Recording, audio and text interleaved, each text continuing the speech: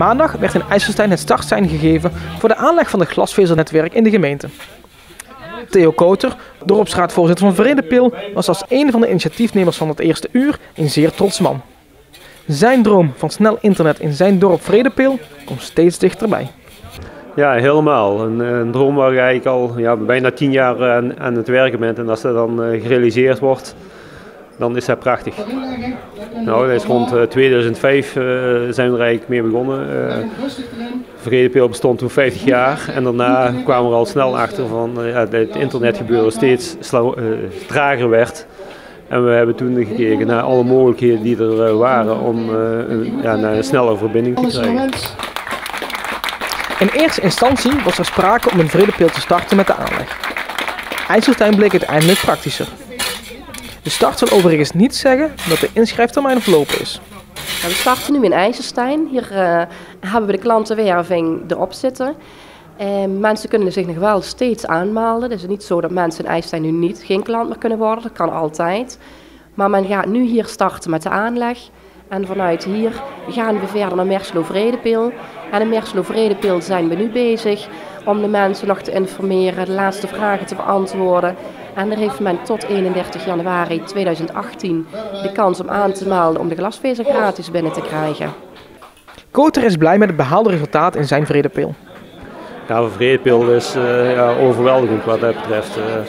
We hebben ongeveer een 82 huisinteresse. Ja, we hebben al meer aansluitingen, maar ja, er zijn ook bedrijven bij die meerdere aansluitingen hebben. Dus voor Vredepil zitten we 85, maar 90% een aansluiting die we kunnen realiseren. Ja, dat is fantastisch. En hetzelfde als IJsselstein, waar die gepresteerd hebben in de laatste weken om naar die 65% te gaan met aansluitingen. Ja, dat is fantastisch. Minimaal nodig is binnen de bouwkom 30% en buiten de bouwkom 50%. En dat hebben we eigenlijk in alle dorpen behalve Blitterswijk, Wansum en Oosterum. En ik verwacht eigenlijk dat ik vanavond Blitterswijk aan kan kondigen dat die groen is, want die zit er echt heel dicht tegenaan.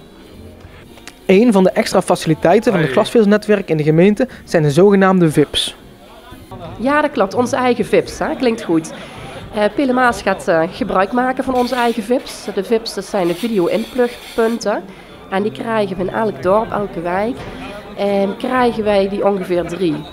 En die inplugpunten die zijn heel erg belangrijk binnen ons glasweb om dadelijk de tv-uitzendingen, de actualiteiten over te kunnen brengen. We staan hier nu in IJsselstein, als hier straks op het Lovingplein een activiteit is, dan kunnen we hier bij de kiosk inpluggen op het dorpsplein, dorpspodium. En dan kan Pelemaas TV hier gewoon uitzenden wat hier gebeurt op dat moment. Het project in Venray wordt in 2 fases gerealiseerd.